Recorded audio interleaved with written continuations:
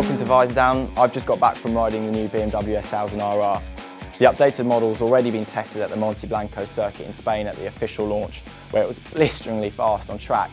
But now we've taken it out on the road to see how it copes with cold weather and greasy leaf-covered tarmac. Now, there are two versions of this 2015 model.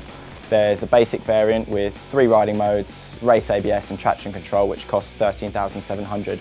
But for just over £1,000, you can get the Sport Edition, which is what we rode, and comes with electronic suspension, a quick shifter, heated grips, a seat cowl, and LED indicators.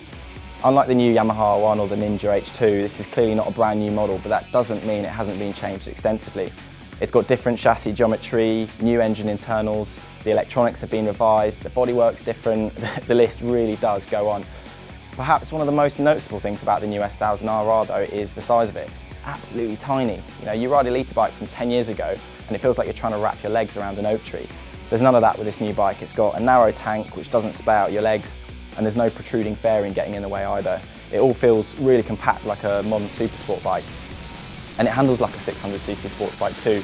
You don't need to fight it into corners. BMW steepened the rake and lengthened the wheelbase so the bike turns in faster, but it still has plenty of stability under acceleration. There's very little head shake or movement under power, it just drives and tracks. It comes fitted as standard with Pirelli Super Corsas, which are awesome tyres on track, but not so great in the winter where it's really difficult to get any heat in them and they tend to spin up. One of my favourite features on the bike is the new Gear Shift Assist Pro quick shifter. It's essentially like handing clutch and gear lever duties over to Marc Marquez whilst you concentrate on braking and other stuff. The system auto blips for you and downshifts and gives you seamless upshifts every single time. It just helps remove those jerky rider inputs which can upset the bike's balance.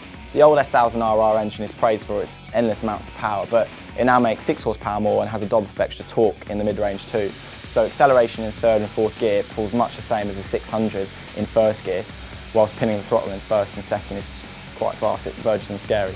And with only 700 miles clocked on our test bike, it's likely to get even faster as the engine sort of loosen up with mileage. It's not that uncommon for used S1000RRs with 5,000 miles on them to make about 5 horsepower more than when they're new. The gearbox is quick and precise, but I couldn't get used to this soft feel and sort of minimal amount of travel in the gear shift lever. Downshifts felt odd, as though I was sort of pushing my boot into a bit of sand or something. Sometimes I'd have to look at the digital gear indicator to see if the transmission had actually shifted down. But that aside, the new exhaust sounds amazing. The brakes are powerful and BMW has delivered an extremely good package. If I was going to fork out $13,700 for the basic version, I'd beg, borrow and steal to find the cash to afford the Sport. It'll be easier to flog if you ever decide to sell, and the electronic suspension and Gear Shift Assist Pro are more than worth the extra money. If you want a full review, go on visordown.com and it will be in our features section.